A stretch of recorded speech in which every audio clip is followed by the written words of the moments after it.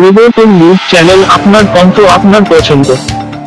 নমস্কার, পরিবর্তন news channel আপনার স্বাগত আছে। নতুন আপডেট জন্য চ্যানেলকে লাইক, সাবস্ক্রাইব, কমেন্টস করুন। আজকে আপডেট, আজ মানবাধিকার কর্মীদের সাথে সাক্ষাৎকার, ন্যায় বিচার এবং অস্বীকার।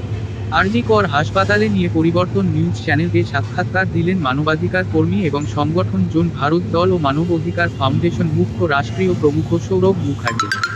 ন্যায় বিচার বিলম্বিত হওয়ায় ন্যায় বিচার অস্বীকার হচ্ছে। ন্যায় বিচারের উপর আমাদের ভরসা এবং আস্থা আছে। মেঘমালা ট্রেনিং ছাত্রীর ডাক্তার ন্যায় বিচার থেকে বঞ্চিত থাকবেন না। আন্তর্জাতিক মানবাধিকার দিবস উপলক্ষে দেশবাসীকে ন্যায় ও বিচার জন্য একটি গুরুত্বপূর্ণ বার্তা দিতে চাই। ন্যায়কে নিজে হাতে তুলে নিতে হবে। লঙ্ঘিত মানব অধিকার পুনরুদ্ধারের জন্য মানবাধিকার কর্মী এবং সংগঠনগুলো প্রতিনিয়ত কাজ করে যাচ্ছে। আমাদের সকলকে একসাথে দাঁড়াতে হবে এবং ন্যায়ের জন্য লড়াই করতে হবে। এটা এইরকম ঘটনা ঘটবে কি? বিষয় হচ্ছে আমাদের আইন ব্যবস্থার উপর আমার পূর্ণ আস্থা এবং ভরসা আছে, কিন্তু কিছু সময় দেখতে পাই যে justice delay to justice deny. Justice যখন খুব বেশি ডিলে হয়ে যায় তখন আমরা তাকে ধরে নিই যে জাস্টিসটা ডিনাই হয়ে গেল, সে যোগ্য বিচার পেল না। তো এই অবস্থায় দাঁড়িয়ে পড়ে আমরা কিন্তু অলরেডি র্যালি করেছি কলকাতার বুকে আমাদের সাধারণ জনসমাগম মানুষকে নিয়ে আমাদের র্যালি হয়েছে। আমাদের হিউম্যান রাইটসের পক্ষ থেকে আমাদের র্যালি কিন্তু করেছি।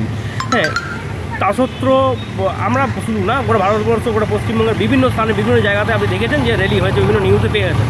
কিন্তু আজকের ডেটে দাঁড়িয়ে পড়ে যে এই যে আইন ব্যবস্থা বা যা কিছু আছে এর এত ডিলে করছে, এই জন্য অলরেডি যেমন সারদা কাণ্ড নিয়ে আমি সিবিআই ডিরেক্টরকে চিঠি করেছিলাম যে একটা মানে কেস বা প্রসিডিউর চলতে কতদিন সময় লাগতে পারে বা এতদিন কেন বা লাগছে। হ্যাঁ, এই নিয়ে আমি অলরেডি কিন্তু একটা জায়গায় চিঠি করেছিলাম। তার পরিপ্রেক্ষিতে ওনারা জানিয়েছিলেন যে আমার তদন্ত প্রসেস আছে এবং দ্রুততার সাথে চলছে, এবং কতটা দ্রুততার সাথে চলছে আপনিও দেখতে পাচ্ছেন, আমরাও দেখতে পাচ্ছি। আমরা আবার আপিল করবো সেন্ট্রাল গভর্নমেন্টকে এবং স্টেট গভর্নমেন্টকে, দুই গভর্নমেন্টকে, যেন বিচার মানুষ পায় এবং এই বিচারের বাণী যেন না অবহেলিত হয়। এটা সবসময় আমরা আপিল রাখছি। এই নিয়ে আমাদের আন্দোলন চলছে এবং আবার চলছে। অবশ্যই কোর্টের প্রতি তো আমাদের 100-200% ভরসা আছে, এটা বলার কিছু প্রশ্ন নেই। কিন্তু বিষয় হচ্ছে যারা ইনভেস্টিগেশন অফিসার থাকে বা যারা ইনকোয়ারি করছে, হ্যাঁ, তাদের ডিলে এবং তাদের ডিলামির জন্য কিছু কেস, কিছু তদন্ত অনেক দীর্ঘায়িত হয়ে যায় এবং সেখান থেকে পিছিয়ে যায়।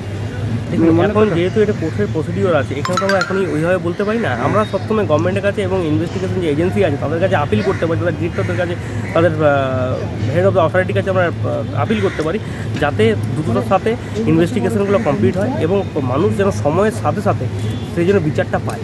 ঠিক আছে, অবশ্যই আপনি জানেন যে হিউম্যান রাইটস ডে আসছে ইতিমধ্যে। হ্যাঁ, প্রত্যেকটা মানুষকে বলবো আইন আপনার হাতে তুলে নেবেন না। যে কোনো ছোটো বড়ো যে কোনো ঘটনাতে যদি আপনাদের কখনোই মনে হয় যে আপনার হিউম্যান রাইটস কোথাও আপনার লঙ্ঘিত হচ্ছে, ফান্ডামেন্টাল রাইটসে আপনাদের কোথাও বিঘ্নিত হচ্ছে, সাথে সাথে যে কোনো হিউম্যান রাইটস, শুধু আমাদের কাছে বলে না, যে কোনো ভারতবর্ষে অনেক অর্গানাইজেশন কাজ করছে স্বেচ্ছাসেবক হিসাবে। হ্যাঁ, যে কোনো অর্গানাইজেশনের কাছে আপনারা যান এবং সেখান থেকে পূর্ণ সহযোগিতা পাবেন, এটা আমার আশা। অথবা আমাদের সঙ্গে যোগাযোগ করুন মুখ্য মানবাধিকার ফাউন্ডেশনে। আপনারা সবসময় আপনাদের কাছে বদ্ধপরিকর আপনাদের সেবা দেওয়ার জন্য। ঠিক আছে, থ্যাংক ইউ স্যার।